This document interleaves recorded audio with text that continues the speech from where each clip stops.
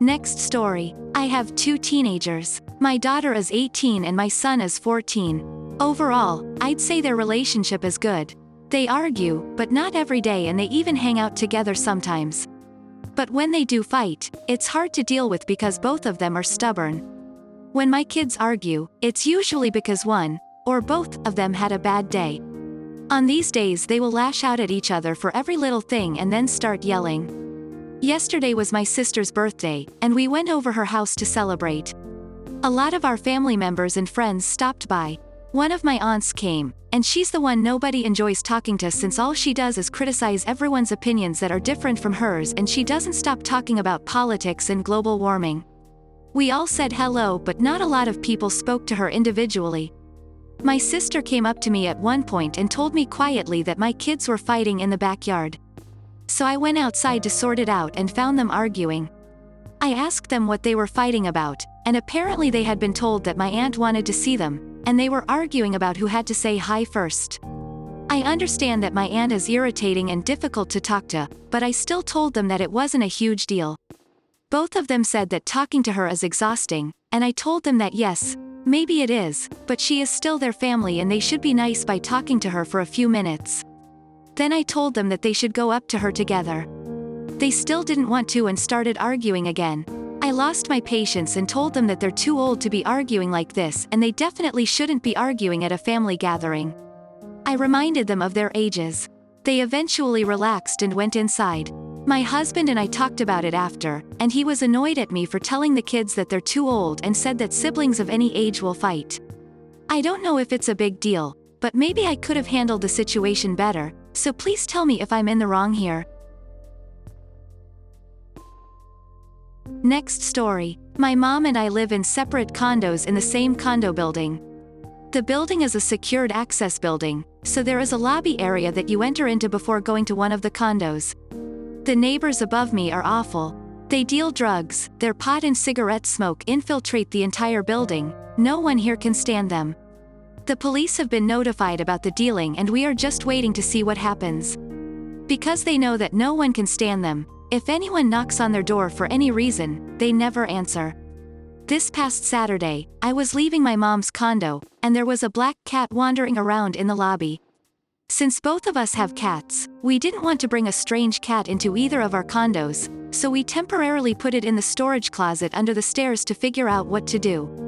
My mom said that since my upstairs neighbors are the only ones in the building who we don't know if they have pets, she was going to knock on their door.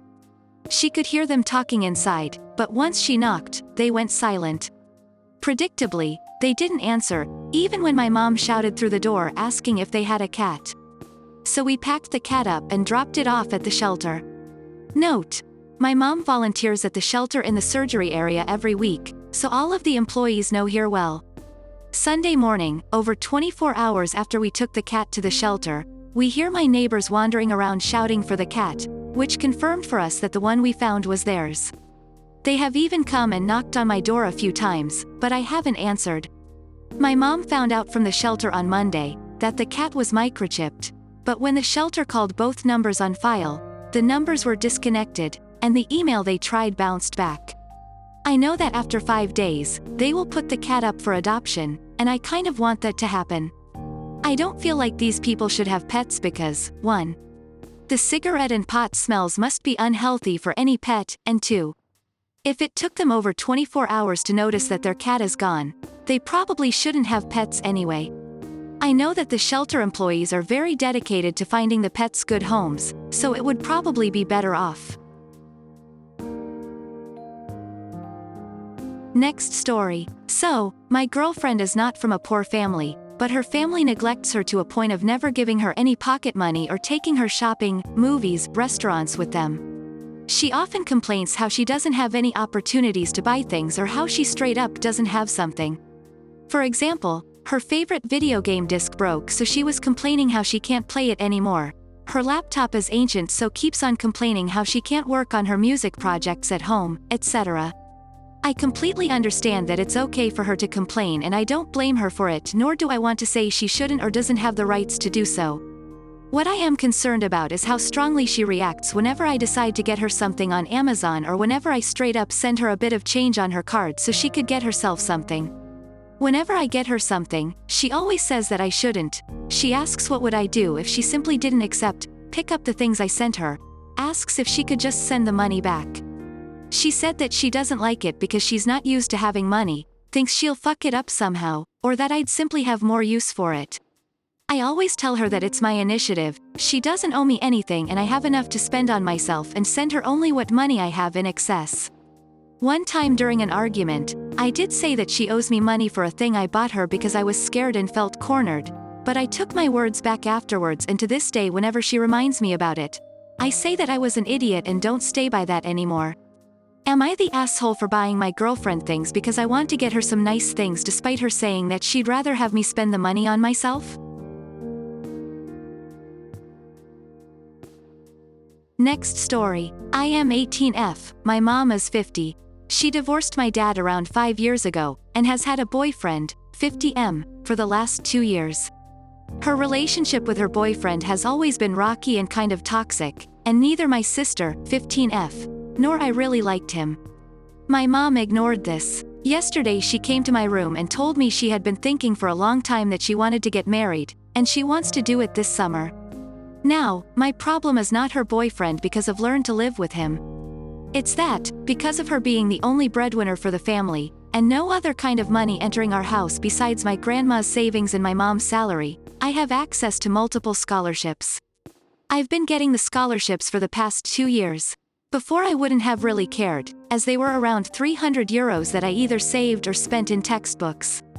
But this year's scholarship is really important to me because it's around €2,000, meaning it will cover entirely the cost of my first year in university. I investigated a bit, and found out if she gets married, I will lose my rights to this scholarship. So I told her that, and asked her to please not get married this year because I really need this money, and to do it next year after I receive it. She got really upset and began to say that it wasn't fair, that now it was me and when the time came it would be my sister's scholarships, so her happiness would always be subjected to our academic needs. I asked why even get married at this point. When she divorced my dad she was very sure she would never marry again, and she said it was something symbolic and that she and her boyfriend deserved. Well, yes, but €2,000 are not symbolic. And I don't even deserve them. I need them, because we don't have that kind of money. I told her no and thought that was settled. But today I woke up and she's not talking to me. As in, she's not even looking at me. Was I in the wrong? Should I give up the scholarship and let her get married?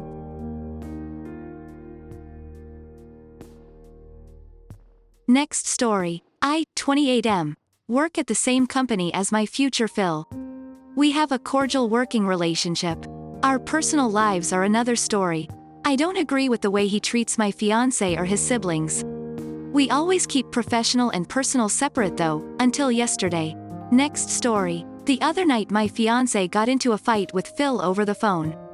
He was fuming when he got in bed and said Phil threatened not to come to the wedding. I was pretty mad, because you'd think he could be supportive of his son just once for a major life event, but apparently not. Yesterday at work we're in our weekly agenda meeting and someone suggests a day to do something for a project and that day is the day of my wedding. So I said, I have vacation scheduled that day. The coworker laughs at herself and says, duh, that's your wedding. You and Phil won't be here. Now, this is the part where I could be the AI turn to Phil and say, you won't be here that day either? Do you have plans or something? He didn't answer, just glared at me. It got really awkward in the conference room. The original coworker suggested a different day, and then we finished the meeting. During lunch Phil asked me to follow him to an empty room and then lectured me for talking about our personal lives at work. I was mad, so I feigned ignorance. Sorry for asking you about your plans. I was just curious what you were planning to do that day. You aren't going to your son's wedding, after all. He told me that personal stuff has no place in the workplace and then stormed off. Yes, personal conflicts should be separate from work, but if he's really not coming to the wedding, why does he need that day off? He's just using the threat of not going to manipulate my fiancé, and it pisses me off. Still, I know I shouldn't have involved coworkers. Oh, and because I know people will assume this, the fight they were having wasn't about us being gay. Next story. I, 21F, quit my job back in December of 2021 due to a lot of personal and medical reasons.